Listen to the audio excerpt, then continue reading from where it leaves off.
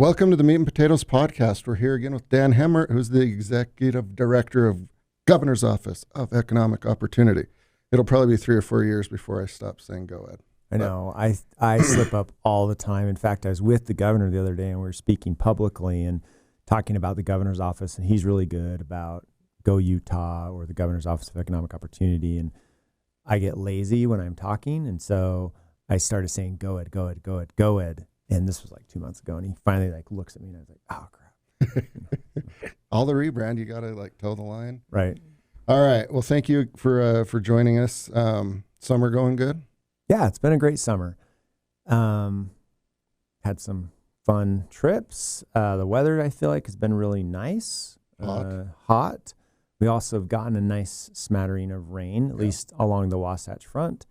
And although one fire is too many, we haven't quite had the same fire situation we've had in prior years. Yeah, it's good. I've been doing some rodeos, which is fantastic. Days of 47, top notch. Went to the Oakland. Yes, I have. I went last year. So I try to go to one rodeo every year. Went to Days of 47 last year. This year I went to the Oakley Rodeo, which was pretty awesome. It's fun. Mixed in some baseball games. You got yourself a nice little summer. Yep. All right, we're going to talk a little bit about two things. Both involve some acronyms and money. That's right. First one is you've got 2 grants open, Economic Assistance Grant, and then a Strategic Innovation Grant pilot program. Let's talk about those two. Yeah, so the Economic Assistance Grant, the name, I've been thinking this, we probably need to rename it because the name implies it's to help businesses, right? Assistance. It's actually more to just promote economic activity. And so we probably should rethink that name. That said, almost anyone can qualify for it. So the purpose is to help Utah businesses. And like I said, I don't like that word help per se because it implies you need help, but it's to help Utah businesses that promote and support economic opportunity, provide a service related to industry, education, community development, or infrastructure. So if you think about those words, that's pretty broad. Pretty much anyone can apply. It's capped at $200,000 per applicant. But if you're doing something that is going to create jobs, that's going to really assist an important industry or one of our targeted industries, or you're in one of those targeted industries, it's an opportunity to come get some assistance from the state to help you accelerate those plans that you already had in place. Perfect. And closes pretty soon, August 4th. And but I do want to say something. It's not first come, first serve. So if you're listening to this and there's a day left, 2 days left, 3 days left, it's worth your time to go apply because all the applicants, irrespective when they apply, are ranked based on how well they fit scoring criteria that's on the website, and you can go look at it if you go to business.utah.gov and click on grants. Perfect. Business.utah.gov. Yeah. Grants. Very cool. And you meet the criteria, you're awarded the money. There might be some reporting on the back end, but you're not paying that back, right? No. So typically how we do all of our grants is through a contract. So you do have to sign a contract. You do have to agree on some performance measures or KPIs that you're going to define them. First off, we don't tell you what they have to be. It's part of the contracting process. If you're awarded a grant, you're going to pick metrics that you feel like are appropriate to hold whatever it is we're giving you money to do accountable.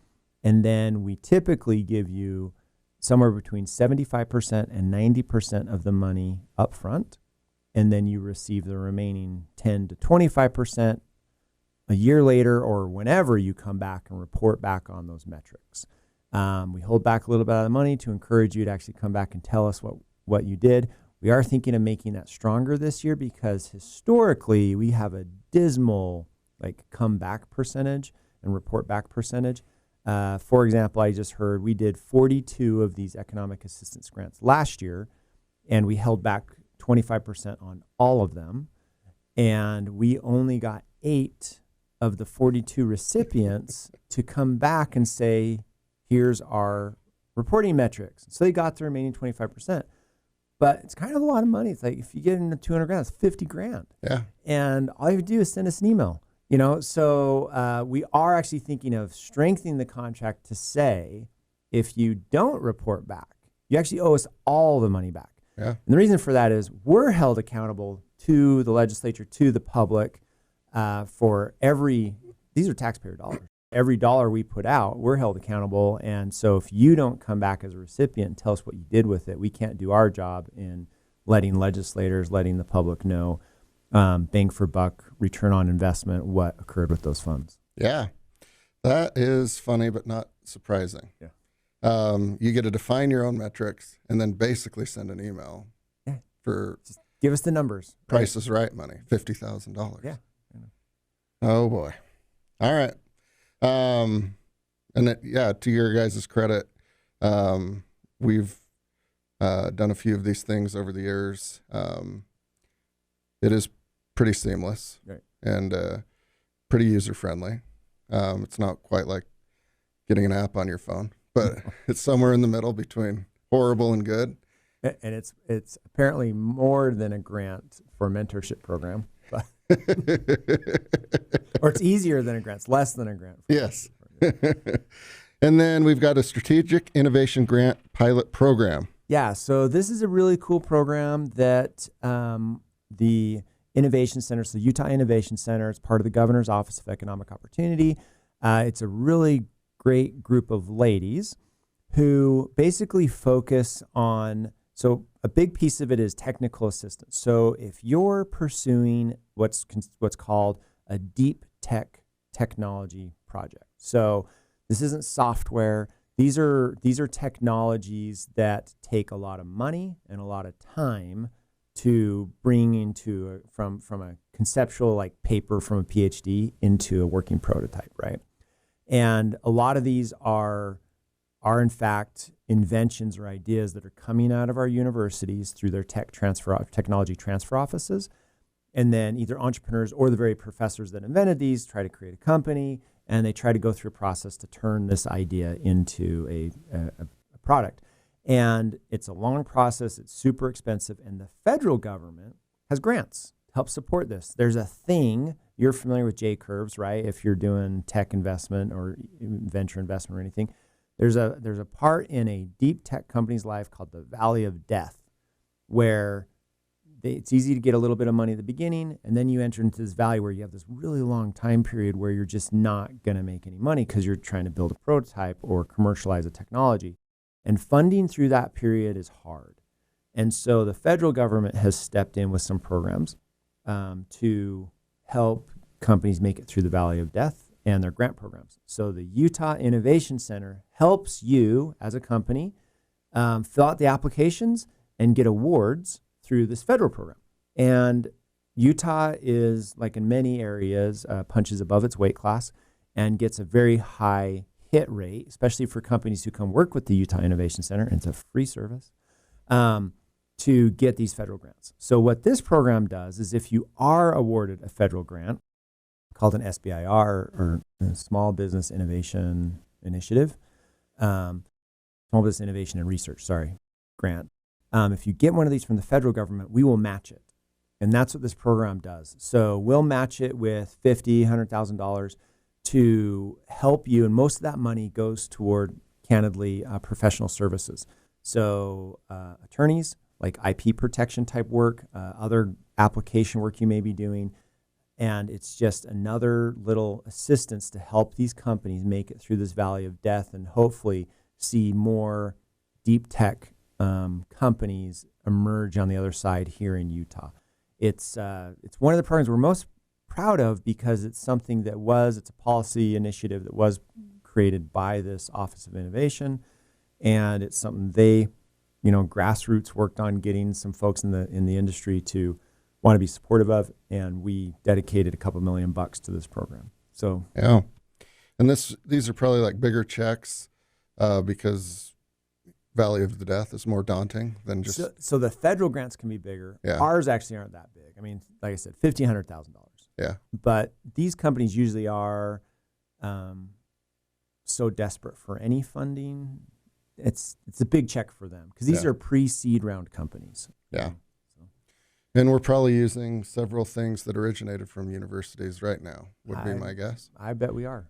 Let alone like weapon systems and telescopes and Right. stuff in space. And the graveyard of those that didn't make it out of the Valley of Death is vast. Right. That's exactly right. Huge. There's probably cures for pretty much everything in that graveyard, would be my guess. Yeah.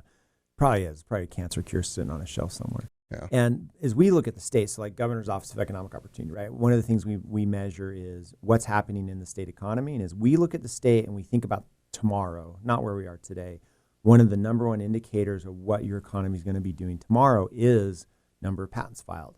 It is amount of technology that does successfully make it through a commercialization process out of your universities into the broad market.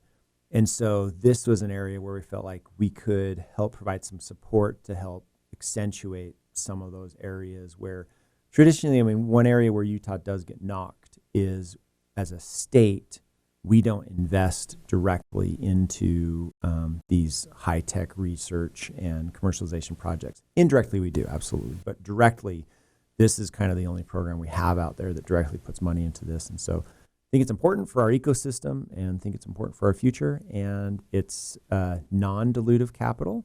They are usually structured as non-recourse loans. And the reason for that is if you are successful, pay it forward by paying it back so that we can deploy that money into a new company. But it is just a loan, so it's not equity. But, like if we give you $50,000 and then later you have a $20 million round, write the state a check for $50,000 back. So we can go give that to some other company. Keep it perpetual. Yep. Very cool. And the same website. Folks same can find website, click on grants, and you'll see, and it's the same application process. Very cool. All right, now the exciting part, we've got an acronym, EdTIF, which stands for Economic Development Tax Increment Financing. Yeah. So successful fiscal year with this. Let's talk a little bit about what it is, why it was successful this year, and what does it look like for the state? So this is the program we always get beat up on by a lot of your listeners. Just own it. It is the primary incentive that we have as a state and as an office to help. We play on the margins, but to some degree help encourage growth in certain industries and certain areas in a way that we think benefits Utahns today and tomorrow. And so the EdTIF, it's reduction in your marginal tax credit, and it's to encourage expansion or relocation in the state for high-paying jobs. And part of the criteria is you have to make a certain capital expenditure investment. That can be not necessarily money out of your pocket. If you're going to enter a new building that's going to get built, the cost of that new building, even if it's a real estate developer that's building it, does count toward the CapEx. There also has to be a certain number of jobs. It can't just be one job. On Wasatch Front, it has to be like 50 jobs. Off Wasatch Front, it's a much lower standard because we're really trying to motivate activity off Wasatch Front, and we had some great results there. But and then the job profile has to be 110 at least. We try to get closer to 125% of the average county wage where the facility or where the nexus or the hub's going to be for the relocation or expansion. And the idea is if we can constantly be promoting higher wage jobs, there's an opportunity to continue to experience upward economic mobility, which we view Utah as the leader in the nation for upward economic mobility. And we think it's one of our biggest strengths where you can continue to experience that American dream of doing as well as or better than the generation before. And we do believe that dream's still alive and well, and this program's part of it. But some of the metrics we hit, so there's a big screening process that goes through the EdTIF program, despite common perception, even among our board members at times. We do not approve every EdTIF application that comes. It actually goes from thousands down, gets whittled, down to about, on average, 25 a year. We did 27 this year, applications that were approved by our board and then finally authorized by our office. Interestingly enough, of the ones that are approved, only about, I think it's like 60-ish% actually get signed. So we may approve this incentive and hand it to you, and 30-40% of the time you don't ever sign it. So it's no lose situation. We gave you the incentive, you came here, you did your expansion, and you didn't even sign the document. Even if you do sign it, there's actually not a huge percentage of companies that claim it. So you may sign it, but you don't ever claim it. A company I love to talk about that's done this is Boeing. They came here, they built the tail fins for 737 up in Salt Lake. They got this big incentive that was in the news. They did sign the document. They've never claimed it, even though they've hit all the metrics. So that's kind of a huge win too. We got the project. We didn't give any taxes back. Yeah. But some of the numbers we hit, these are all projections based on the applications that were approved, but 21,000, I'm rounding here, 21,000 new high-paying jobs that'll come online over the next 5-10 years. Almost $2 billion in new capital expenditure in the state of Utah. Most of these are buildings, are office buildings. Some of them are manufacturing facilities. Some of the bigger CapEx ones are actually manufacturing facilities. Yeah. About $1 billion in new state revenue. So these are $1 billion of new taxes projected. And so that's income tax, that's sales tax. And so that's exciting. And then over $12.7 billion in new state wages over the next coming years. And so it's activities like this that we do think continue to set Utah up to continue to grow, to continue to be the best place to do business, to continue to have the best economic outlook. And even today, I read a new study by CNBC that Utah has the most stable housing market in the entire country. And it's activity like this that leads to that stable economic platform that we can all build off of. Yeah. Well, if you don't like EdTIF, those numbers and facts are going to be problematic for someone like that, right? Because proof's kind of in the pudding. It is. There. It is. Those are big numbers and very concise and straightforward. Interestingly, too, we had more activity in rural Utah this last year. And because we created what's called the Red TIF, Rural Economic Development Tax Increment Financing, which is more generous than the on Wasatch Front one. Yeah. And we had more activity in rural Utah this year than we've had in the prior 5 years combined, both in CapEx, in new jobs incentivized, and higher projected wages. And so we're really excited in what we're seeing in rural Utah. We are starting to see that growth push off the immediacy of the Wasatch Front. Candidly, most of it's happening in shoulder communities. But we are also seeing activity just totally off the Wasatch Front completely, which we're really excited about. A lot happening in Cedar City, St. George. One of the companies, Vital Packs, that received an incentive, they're actually in Laverkin. Yeah. So we're seeing neat activity and great expansions and relocations all over. Yeah. So even if you don't know what EdTIF is, but you think the Wasatch Front is too crowded, this is also helping you because jobs are staying in rural communities. Yep. And if you want to live the rest of your life in Laverkin or Price or Monticello, which I would probably prefer, you get to. That's now, right? And you have better job opportunities if you choose to live in those areas. Yeah. And then there's some cool, well-known companies, Breeze Airways, LiveView, Vital Packs, and then you can see the entire list at business.utah.gov. Another one, Carvana. I mean, we've had some great marquee companies that are great brands, exciting to have them in Utah, and just, it makes you feel good living here, right? Driving up and down I-15 along Silicon Slopes and seeing those big marquee names on buildings, I think is exciting. Yeah. Yeah, if you blink your eyes, you're going to miss something along I-15. Finally getting a Tesla, not dealership, Yeah. in Utah County, which will be cool. Yeah. That's where you reside. Yes. So no more excuses. No, I have one. There's no superchargers down here. That's true. So, you know. Yeah. Those are the key to victory. I was at a casino in Mesquite at 3 a.m. on a family trip. I'd found some time that I was bored, and there's 30 Teslas in that parking lot. Yeah. My gosh, this is a pretty good plan by the casino. No, I think it's smart. Yeah. You've seen gas stations, Oh, put yeah. them in. I think, it won't all be electric in the future. There's actually this crazy study. I don't know how much more time we have. There's a study I saw last week that said that the improvements we're making on air are actually increasing global warming because the particulate matter, and I'm not a scientist, I don't get this, but somehow is reflecting up or down, the heat or cool, whichever way we want to go. all the particulate matter in the air. So if we pulled that particulate matter out of the air that comes out of exhaust, global warming is accelerating. So it's just, I don't know, it's kind of like you can't win. It's a beast.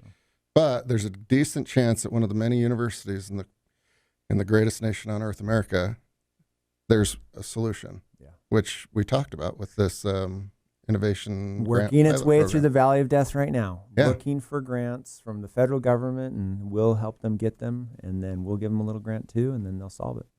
Yes, indeed. We all don't want to like die and boil to death. So That's right.